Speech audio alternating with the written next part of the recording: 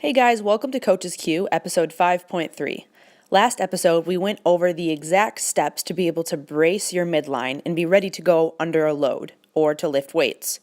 In this episode, we are going to talk about specific exercises and accessory movements that will help you to better become aware of how to utilize your midline and to strengthen it. Hey guys, so coming at you from home today, I want to show you some things that you can work on at home in your spare time or as accessory movements when you come home from the gym to further increase our awareness of our midline and to better strengthen it. So in my blog post on the Big Oak blog, I talk about flexibility being one of the problems with our midline stabilization and being able to properly use it. And apart from flexibility, today I'm going to talk about the hip flexors. So our hip flexor, I'm not going to get too anatomical on you, but our hip flexor includes our psoas major and our iliopsoas. So these are just basically a muscle group that stretches from your low back, goes into the anterior portion of your pelvis and into your femur. As you can see, it is a very important muscle and will play a major factor in being able to utilize your lower half. The major players in the lifting of your legs, the hinging of your hips.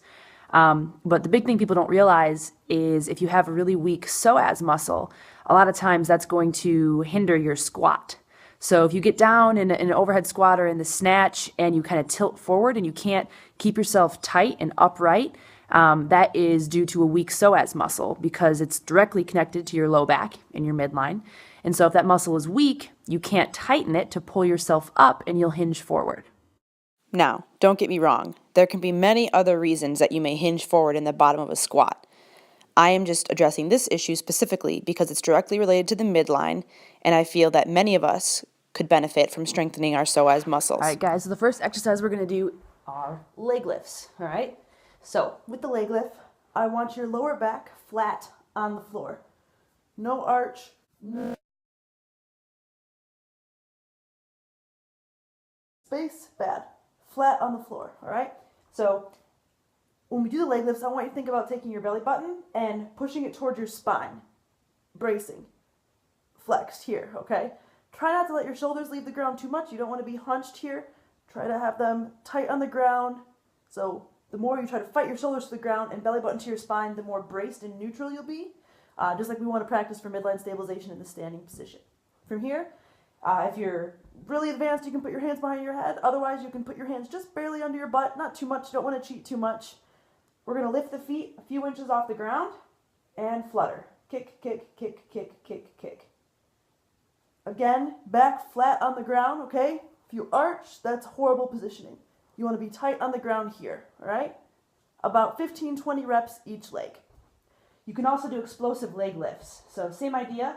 I'm going to shoulders on the ground, belly button to spine, lift my legs this high off the ground, come back down, don't let them touch, fire up. Don't let them touch, fire up. Don't let them touch, fire up. About 20 reps of those as well. That's part one. Another variation we can do are V-sits. So for the V-sit, you'll lay flat on the ground, bring your knees up to 90, bring your hands up to your shins, and hold for about 10 seconds. And come back down flat and hold.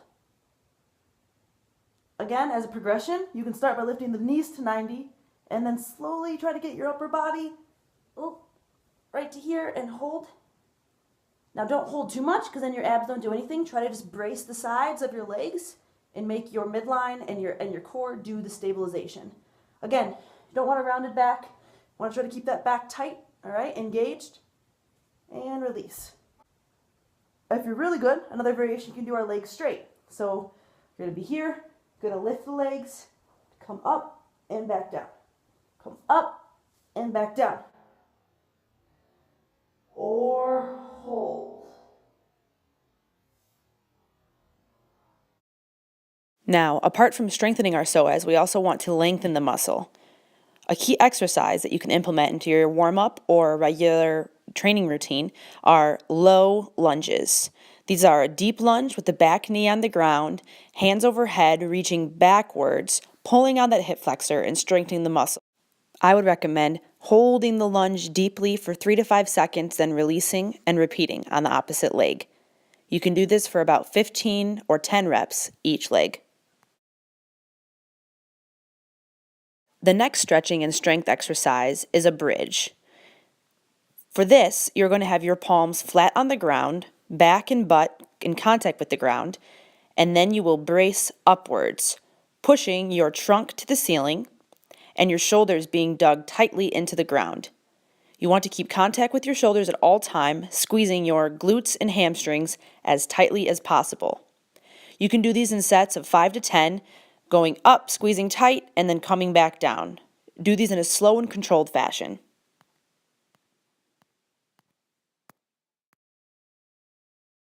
The last exercise is a reverse plank hold. This exercise takes some coordination and some flexibility, but overall you will feel it taxing your lower back and your core. In order to get your butt up to the required position, your psoas will have to contract and stabilize your lower back. So you can do this just like the last bridge motion.